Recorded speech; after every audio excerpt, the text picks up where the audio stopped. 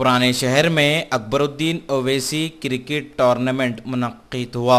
फलकनुमा में इस टूर्नामेंट का फाइनल मैच खेला गया, जिसमें फतेह हासिल करने वाली टीम को कुलहीन मजलिस इत्तेहादुल मुस्लिमीन के रुकन असम्बली व कायद मुकर्रना अकबरुद्दीन ओवैसी के हाथों ट्रॉफी दी गई। कायद मुकर्रना अकबरुद्दीन ओवैसी का वालेहाना इस्तकबाल किया गया। इस मौके पर रुकन असम्बली के हमरा कॉरपोरेटर्स भी मौजूद थे।